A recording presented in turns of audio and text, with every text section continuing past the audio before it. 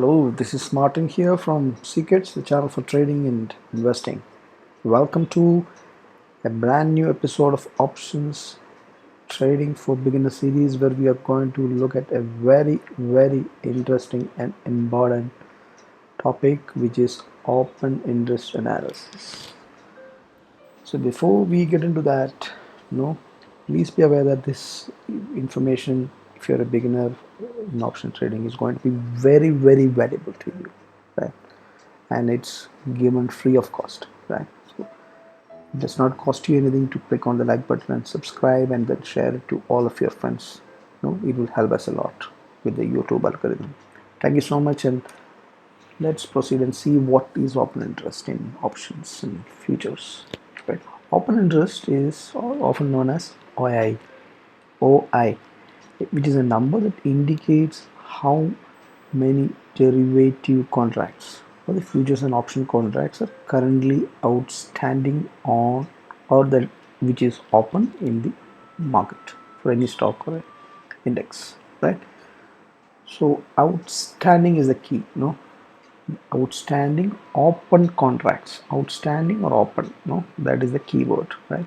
It is not the volume, right? So volume is the buy and sell. So open interest increases only when new contract gets added. That means a contract is formed for a strike, say for example 15,000. A contract, it would have a, there will be buyers for it and sellers for it, right? For that strike, right? If it is 15,000 futures option, whatever it is, it would, that strike would have a, contract would have buyers and sellers, which, so a buy and a sell for that happens, then one contract is for, then only one contract. So only a buy, it's not buy and a sell happens, it's one contract, right? So transfer of the quantity across does that means volumes change, but the open interest increases only if in a new contract, a new buy and strike for the same strike, or or any strike happens, only then a new option or open interest. Otherwise, if it is transferred across one party and the other, right? So the total open interest does not change. That is a key thing. There is a difference between the volume and the open interest. Volume is different, open interest different. Open interest increases only when contracts gets added. New contracts which are getting added only when a buy and a sell happens, right? Yeah, this is very clear. This is the concept behind option. We would see why would we need, what is the application of open interest in the subsequent slides. You will understand why do we need to know about this open interest, right? Why? What is the use of that? You can trade with the charts without knowing in the open interest, right? In charts also you have indicators, but why do you need? So open interest also is paired with the price. Open interest and price, together only we will talk about it, because that is where it makes sense, for our trading to take positions. We'll see how it is. Now, open interest can be understood from the option chain. Let's just go to the option chain. So this site is the option chain site for the NSE website / if this URL is mentioned there, you can go there. So this is for the Nifty, right? This is for the, it can be there for, you can select it for anything. This is for Nifty by default. See, so you are seeing the option change. So the left side you have the calls, right side you have the puts. This is the ATM 17300, right? So you can see the open interest here value, right? So you can see that 17300 is having 54,931 for call. That much contracts are there. This 4388 contracts are there for put. So the put and a call, you have these many open outstanding contracts. This is how we look at in the option chain, right?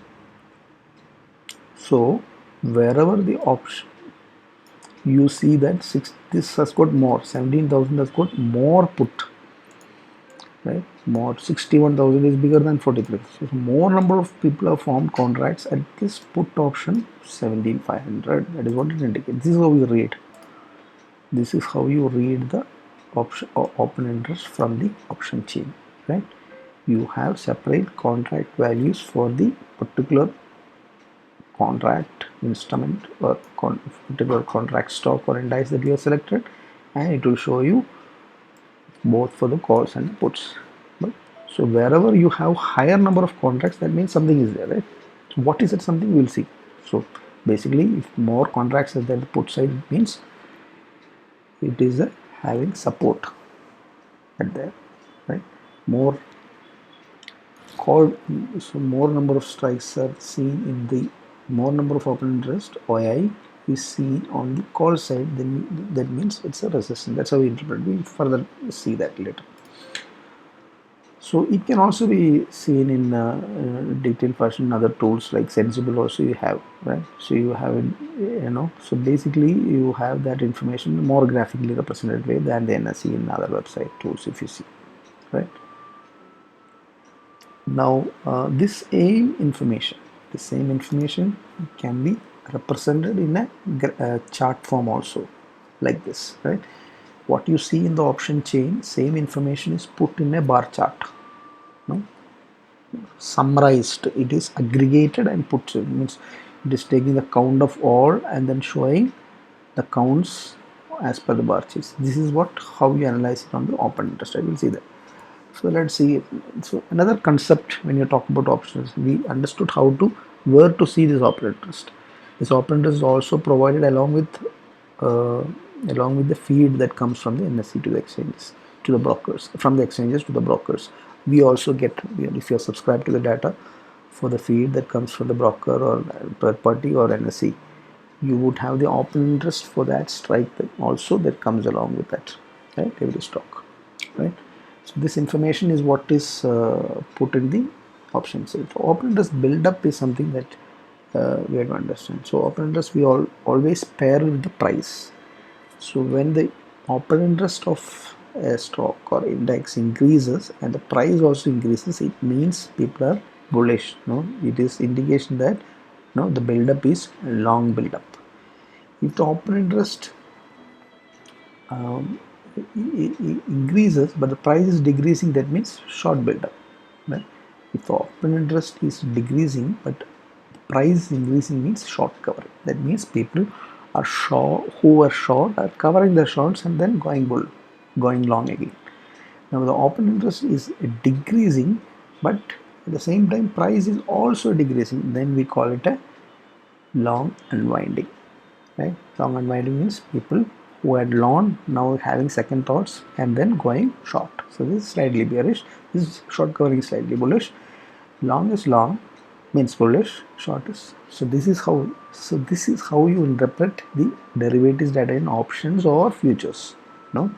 Based on, based on the option chain, after we have understood, if in the charts we are seeing the price of that stock increasing and the open interest also for that strike or stock or index whatever is also increasing, then so this way we will be able to know whether we have to take a long position or a short position or short. Now what exactly is happening in the derivatives market can be understood clearly by the open interest build up data, right? Now manually, one way is to go to the chart and then add the open interest indicator and then see what the price, how the price is moving up and then how the open interest is going. So that is one way, right? So another way is to go to this website that is mentioned here, Fyers. Right? So NSE also provides this, but it will be, right? So you don't need to do the calculation to know whether the price is going up, increasing or decreasing, or so this manually you don't have to, manually you don't have to look at the chart and see this. You can have that calculator for all the setup. So if you want to see which where is the open interest rising and the price also is rising, the first condition that we talked about here, right? So in the NSE website OI-spots, so here we can see these are all the stock. You can also, right, so these are all the stocks where there is an increase in open interest and an increase in the price also. Here where there is a decrease in the open interest and a rise in the price, right? So this is short covering. So this is showing all the short covering. So we can find this in all the other tools also, but NSI site also has got that. These two sites you have to click in link. One is the option chain, another one is the OI build up. Now why do we need to know this option chain? Because that will help you understand how to take which strike to select, how to so that is the primary thing. And before we want to select the strike, you should know whether what kind of contract build-up is happening there. Is it bullish, bearish, and all that? Is it long, short, or short covering, or what exactly is happening there? Can be that build-up is actually can be easily understood from here. That is something. Now, going further, we already saw that. You saw the option chain where it will have details about the open interest for against each of the call and the put of each of the instruments. Now that data can be summarized and put here, and this is known as open interest in a chart format, in a graphical format, right? So what does this say? If you look at this chart, this is for the expiry. You can choose any of these expiry. This is obstacle tool, by the way. So any of the expiries can be chosen, and then you can see that this green bar indicates calls. All of these green bars indicates calls. So when you see that, you can see that highest number of contracts, how much call options are written there, 52,49,550. 52 lakhs 49,550 contracts are open, which means that is, so what is that strike? It is 18,000 call, right? So Nifty 18,000 call is having huge resistance, is what this indicates graphically. This is taken from the same option chain. All of those that is mentioned here is summed up. All the open interest for all the strikes are summed up and put here, right? Graphically put it in a bar chart. You can also, if you have the feed data of the option chain that is coming to you, you can also do the same thing in an Excel sheet also. Right? So similarly, you can see that the highest put writing is seen at 17,200, where 12 lakhs 85. Right? So that is the 17 to, that is where the maximum support. Right? So more people, sellers are here. Option writing is happening here. Option writing is there, and to put this option writers. Where are the option writers? This is a seller's view. Where are the option right? Call option writers are there here. Put option writers are there here. 17,200. Maximum people are assuming that there is resistance 18,000. If I sell, it will go worthless by the expiry, and I can make money, right? Similarly, people who are writing put options at this 17,200, which is the highest bar of the red color, which indicates put. Highest put traders thinks that it will never go below 17,200 for the next expiry, and if it happens, they will make money because their options will become zero by the end of the expiry. Right? So that is the charting representation. Now, what else do we have? So we learned option chain, we learned option buildup, we learned about options charts, bar charts, which is aggregated view of finding support and resistance based on maximum call rating and put rating. Right? Now this is another important thing. This is change in open interest between the call and the put. It summarizes and aggregates all the calls and the puts, and then intraday this will give an information whether the market is going bullish or bearish.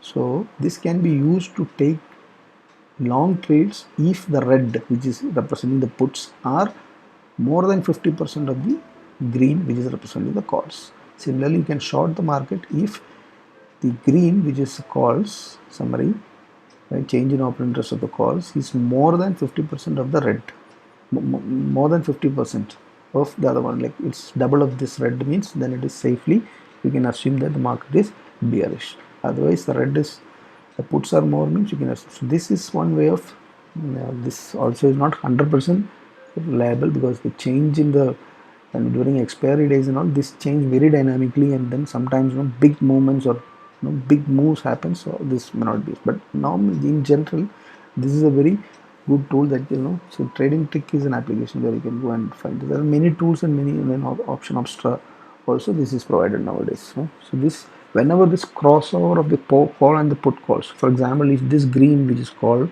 writing, which is change in this change in open interest is crossing over and the red is going up, that means you can go, that means what, it is long. right? The puts are increasing, and then you can go take it. So wherever this crossover happens, you can go long. Now the next topic is the put call ratio. So what is PC? It's known as PCR. So PCR is also based out of the open interest data. So PCR is calculated by dividing the total open interest of the puts by the total open interest of the calls. Okay? And the number that we will getting will be either greater than or near to around 1 point something or 0.5 or so. No, it may be near to 1.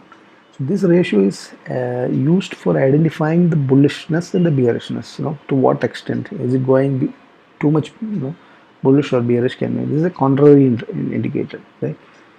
Overbought, oversold, similar to the RSI concept. So if PCR value is 1, above 1, then you can say that puts are bought, more number of puts are bought. So that is why when you are dividing total puts by total calls open interest, we puts above 1 means puts are more than calls. That means it is likely to turn bearish because it has been overbought. Overbought, it is kind of oversold. Reverses, moving upwards can happen. Similarly, on the other way, if it is below that, it means it has been oversold. That means it is overbought. I'm sorry. So it can come down, right? It can go down. So in general, if it is you can say that the above 1 is it is bullish, but above 1.5 and all it comes, it will be over bullish, right? It has been right? That means it is bearish and it can reverse. It's kind of a contrarian, so it's reverse. So between 0.5 and 1 you can say it is normal, right? You don't need to worry. So extremes can be, the extreme bullishness or bearishness can be found from here. Whenever it goes too much over bullish, then you can be cautioned to take less positions and things like that. That is what the main use of the put correlation. So max main is something that can be used for especially in the expiry times. Right? It is based on the option theory that assumes that the option writers always influence the price of the options, right? Because the writers have the largest stake. Right? They are the people who are risking large amount of money, and they are the players, actual players. So this is the assumption. So max pain, there is a calculation logic for that. So maximum pain, if you see here in the right side graph, you can see you identify which strike is where the expiry is going to happen, likely, most likely. So it will find out for each of the strike, if it expires at that particular strike, what is the least amount of loss that can happen, and accordingly it will identify what is the likely place for the expiry. So that is what max pain theory. It is not always 100% reliable, but during the expiries, unless a big gigantic move on either side does not happen, it will give a good indication on where it is likely to expire. Does not need not always work just like the change in open interest for the put versus call that we have seen for the intraday. Right?